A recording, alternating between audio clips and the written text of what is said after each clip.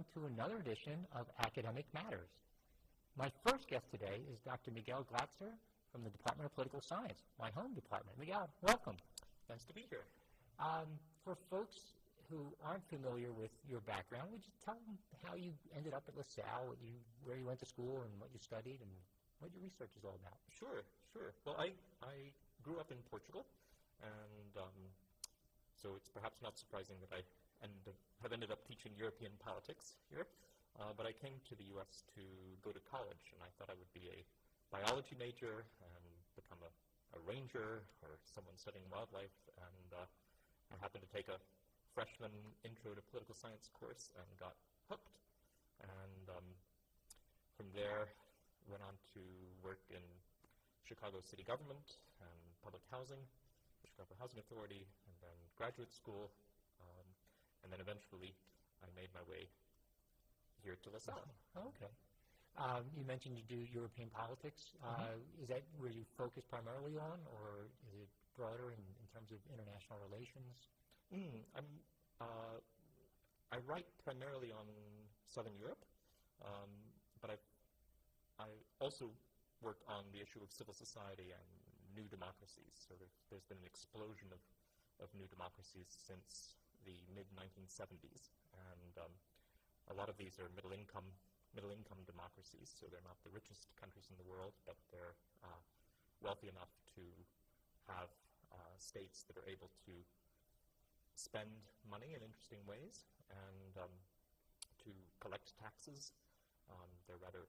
They therefore are states that can do a lot. And so I've been curious to see if these new democracies follow an older tradition of democracies as they become wealthier, spending more on welfare, on healthcare systems, on education, on labor market issues. And I have to not get too political science in the discussion, but is there a threshold with regard to these new democracies of income levels where at a certain point they're likely to succeed, whereas if they're not quite at a certain level of wealth, they're likely to fail or become a dictatorship or resort back to what they had been? Yes, there's a big literature on preconditions for democratic success, and these are statistical studies, of course. So there are always exceptions. The most famous of them is India, which has all things going against it in terms of our theories of what makes democracy stable. So it has lots of different languages and lots of different religions, a lot of ethno-linguistic diversity, and it's poor. To come to your point. So one of the general threshold levels is somewhere around $6,000 per person per year. Per capita income. Per capita income, that's right, is often a benchmark of that once you're over that, chances are better that you will be able to remain stable. And then once you're a democracy, it doesn't necessarily mean that things are going to be rosy. You're studying Southern Europe, and that's a real hot spot today with regard to the Eurozone and Greece and some other members in that area. What are some of your thoughts there? It must be a hot topic in the courses you're teaching. It is, yeah. This is one of the biggest crises to have ever hit the European Union. So this is really a major event, and a number of countries that are on the periphery of the core Eurozone European integration leaders, so Portugal, Spain, Greece, Ireland, are all facing truly very difficult situations. And so I'm part of a project that is looking at how this is transforming what these states do, how they spend money. So in all of these countries, austerity has been embraced. So increasing taxes and cutting spending to try to reduce these big gaping budget deficits. And one problem is that very frequently it's very hard to cut these deficits, because as you raise taxes and cut government spending, the economy shrinks. So fewer jobs and fewer growth, right? That's right. Yeah. That's right. How do our students respond to that? Is it a concept that they can embrace? How do you communicate that to what's largely a group of American students who haven't traveled much? Some haven't even gotten out of the Philadelphia area. So what kind of challenge does that pose to you? Well, when I teach European politics, which I do every fall, I make a lot of explicit comparisons to the United States, and I bring up Europe as the largest number of, the place where there's the largest number of countries in our peer group, by which I mean countries that are also rich and are also democracies. And that gets students quite interested, because they see that the U.S. is not the only model out there for how to be rich and democratic, that there's a lot of very interesting variation in how you can get there and what you accomplish once you're rich and democratic. So I find making as many comparisons to the United States as possible is very helpful. And I actually do that also in my American politics course. Do comparisons to Europe. Do comparisons to Europe there. Okay. Yeah, that's right. So the theme of American exceptionalism is something I'm very interested in. Why is it that the U.S. is so distinctive compared to other countries in its club? And I hope one day to offer a course on that very subject. Okay. Is it something, sometimes it's been panned that American exceptionalism is not real, or it doesn't truly exist? What is your take on that? Is there something tangible to the argument of American exceptionalism? Yes, I think there is. I think one sees it at many levels. At the level of public attitudes towards the state, towards an understanding of what the rights and responsibilities of citizens are, what the duties of the state should be. There, I think one sees very clear evidence that Americans tend to be more suspicious of giving too much power to the state. The theme of American individualism, at least with respect to political attitudes and to collective solutions, I think is quite clear in the data. So Europeans tend to very frequently see the state as responsible for people's well-being. Americans are more likely to see individuals responsible for their own well-being. Okay. And you mentioned that you do like to do a lot of comparative work, and you've actually been doing some work outside the classroom very recently, taking students on a travel study group to Turkey. Tell me a little bit about that experience. What did the students learn? What did you hope they would learn? And is it something you would do again? I'll put you on the spot. Oh, yes, I'd love to do it again. Travel is one of my great loves, and I think one can learn a tremendous amount by observing and by talking to people. And the students had a fantastic time. We met in Turkey with Lasallian students from Brazil and from Palestine. So in a sense, it was not just a trip to Turkey, where we spoke with Turkish professors and Turkish students. We also interacted a great deal with Brazilians and Palestinians. And in fact, the course was designed so that our Lasallian students would have as roommates Brazilians and or Palestinians. I should interrupt you and just tell the folks at home that that the LaSallian education is worldwide, and that there are universities related to LaSalle run by the Christian Brothers in 16 or 17 different countries. There's 41 such institutions in the world. So this was really one of the first steps in linking some schools, and this has been an ongoing project the last few years. Yes, and it's a great resource for us, because these are educational institutions, so they're wonderful to partner with. They're filled with people who are curious and knowledgeable, and they're also Lasallian, and they share a lot of our values, and they're always delighted to meet with us. The doors open very readily when we contact other Lasallian institutions. So I hope to be able to build on this existing network. Did you find a common bond in language with regard to the Brazilian students? Yes, it was fun. That's right. It was fun to speak Portuguese, and there is a difference between Portuguese from Portugal and Portuguese from Brazilian. It's perhaps a little bit like the difference between American English and British English, but there's always an opportunity to laugh over false cognates and words that have slightly different meanings in the different contexts. Okay. Miguel, that was last spring that you went on that trip, so we pull it into this semester. What are the courses you're doing this semester? Is it the European politics, or are you doing some other things?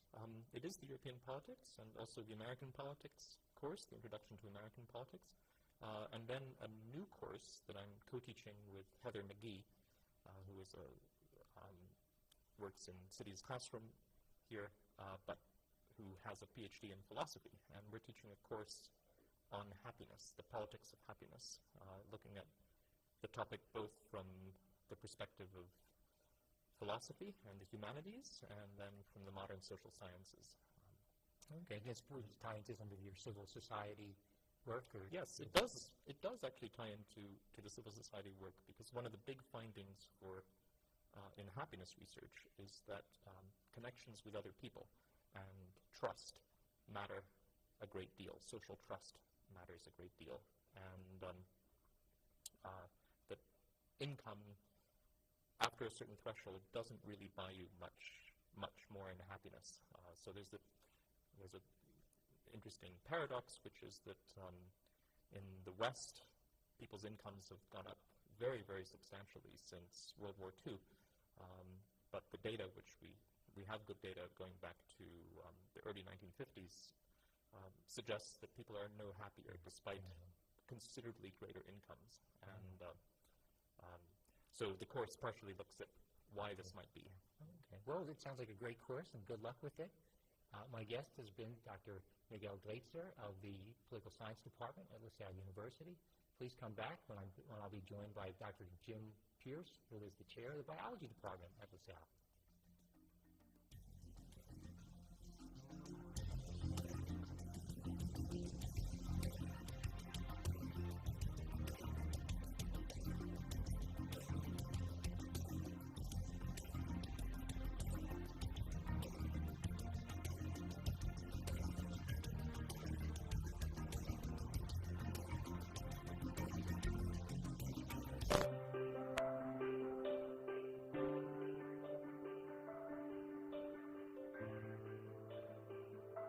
At what age is the color that your skin was meant to be no longer beautiful? Every year, millions of young women try to change the skin they were born with and say they die for darker skin.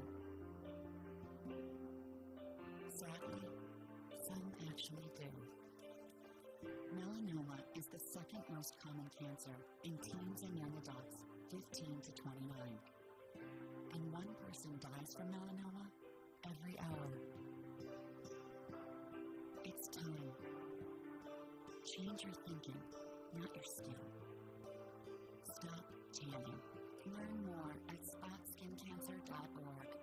A message from the American Academy of Dermatology. Savings Man here with a story for you about two young spenders named Carly and Sue. Their parents let them buy whatever they chose, like video games and designer clothes. As they grew older, they spent all their pay on fancy cars, houses, $2 a day. They lived in the moment, never saving a dime. When they tried to retire, they ran out of time. Working forever is Tom and Sue's fate, so choose to save now before it's too late. Visit our website to find out more, because a happy ending's worth saving for. They call them the golden years, and for many seniors, they are. But for too many others, retirement is like a prison. Do you have any jacks? The difference? This couple saved for their retirement, and this couple didn't. It's your choice. Choose to save. To learn how to get started, get your free Power to Choose brochure, because your retirement can truly be your golden years.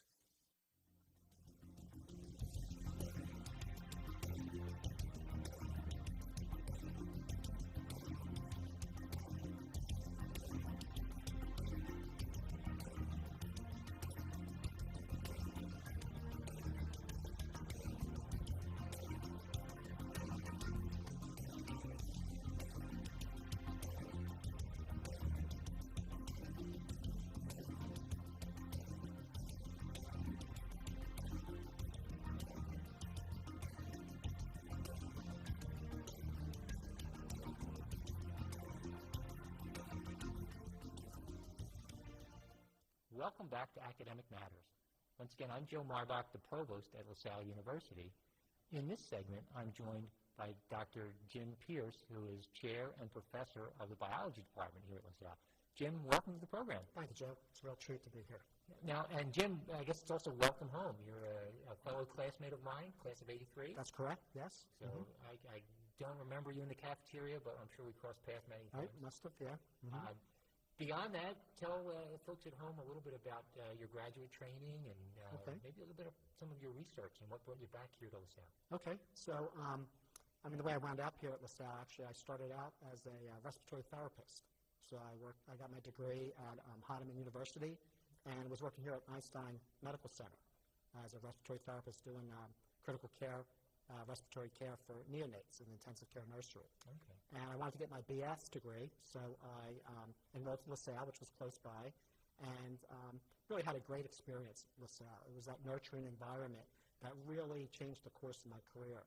Specifically, it was my advisor, Brother Richard Hawley, the late Brother Richard, who really suggested to me that I might have a career in science. And it was one of the things I never really had considered as a possibility. And he said, you're good in the lab. Did you ever think about going to research, get your PhD in science?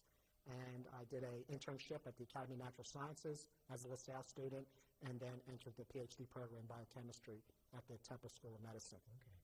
So that's when my connection to LaSalle was really set me on my career path in many ways. After that, I did a postdoctoral fellowship down at DuPont on the Human Genome Project. It was the first years of the Human Genome Project. So you're in on the ground floor. Right, so I was an NIH fellow down there. And it was really the best of both worlds. Since I was an NIH fellow, I had my own funding, and yet I was in the DuPont environment, which was really very intensive in terms of the type of resources that were available. Experimental resources, personnel, computational. I got to travel the world as part of the projects that I was working on. So that was a really great opportunity. And then after that, I moved into industry, into a small biotech company as a genetic engineer, cloning different types of recombinant peptides. So I really have quite a diverse background, from healthcare to working in a big national company to a small biotech company. Right. And then sometime as a faculty? Well, what happened then is I was teaching part-time as an adjunct once in a while, and I liked the business world of biotech, but I really loved teaching. And so I had to make the jump from the industry world back into academics. And I then became a assistant professor at used to be called the Philadelphia College of Pharmacy and Science. They were renamed the University of Sciences. And I was there 15 years, actually, and climbed the ranks and actually developed their bioinformatics program. Okay. So I was the founding chair of bioinformatics and computer science at the University of the Sciences. And really enjoyed that, lots of technology, working with really highly skilled students and people. But I'm a biologist at heart. So when the job opened to be chair at LaSalle, I kind of jumped at that and really came back to my home and have been really happy since. And you're ending your third year as chair. Yes, exactly. So we actually come back to the university at the same time. Right, which was kind of a neat coincidence. For folks at home who probably heard the term bioinformatics but aren't quite sure what does it mean, could you give us a quick outline of? Yeah, it's biology's been revolutionized in the past couple decades. It used to be a discovery science where you would go out and observe things and do experiments and collect data. Now we've rethought that approach, and we go out and collect tremendous amounts of data on any subject that we're interested in, and then collate that data using computer technology, and then ask questions really using computer algorithms. So it's called in silico biology. So you actually do the experiments in a computer. And this has really revolutionized the way we think about life. In fact, even just this week, the textbooks have been rewritten. A major piece of work called the ENCODE project and the Human Genome Project has just been released. It's like 500 scientists from 32 different countries and labs all working to try and understand how the human genome works. And the genome is all the genetic information that's in a life form. So this is understanding basically the DNA code of a human being. And we thought it worked one way, and now they've identified a completely different network of interactions at the genome level. So literally the textbooks are going to have to be written. So it's kind of how exciting things are going on in the world of... So what we're seeing then, I guess, are experiments that we wouldn't be able to do in the real world that we can do in the virtual world of computer simulations. Right. And also think about throughput, actually. Some we call this high throughput. In the good old days, you would study gene X and see how that impacts cancer, right? One gene at a time. Now we study all the genes, all 20,000 of them, right? And then ask what's each one doing in a particular cancer. So the answer's there, because you've saturated all the possibilities, and basically now it's just a process of disentangling all the interactions to really understanding why that cancer cell's growing abnormally.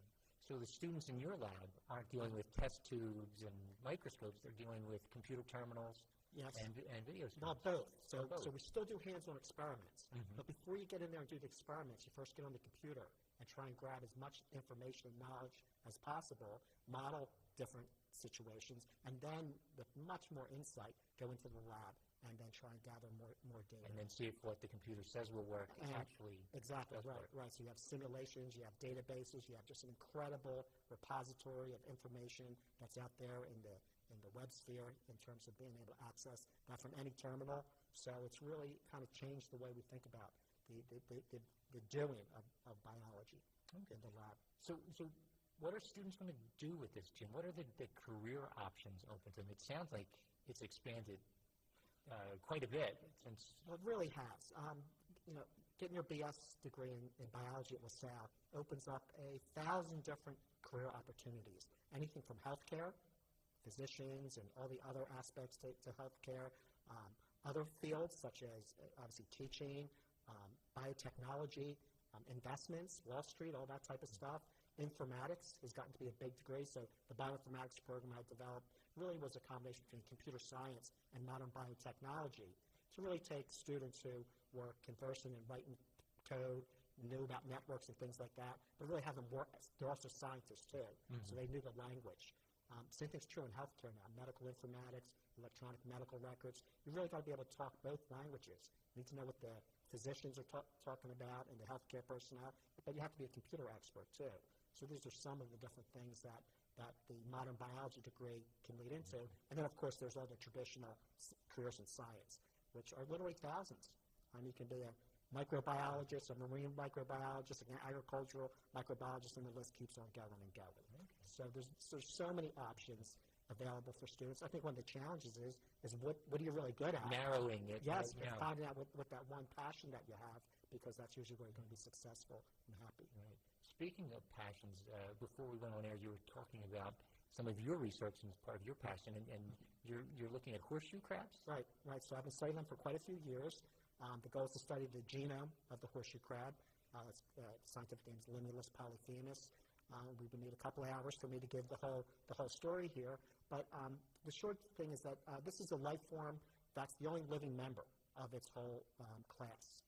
They've been around for about 450 million years. They've all gone extinct, so they're related. The other members of the other members, right? So like trilobites and things like that are related life forms, and they've all gone extinct over the years. And this one species has hung on.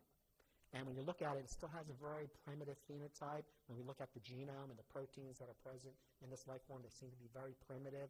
So I think while we can't time travel, at least we're getting an animal that's very much like when animals first evolved.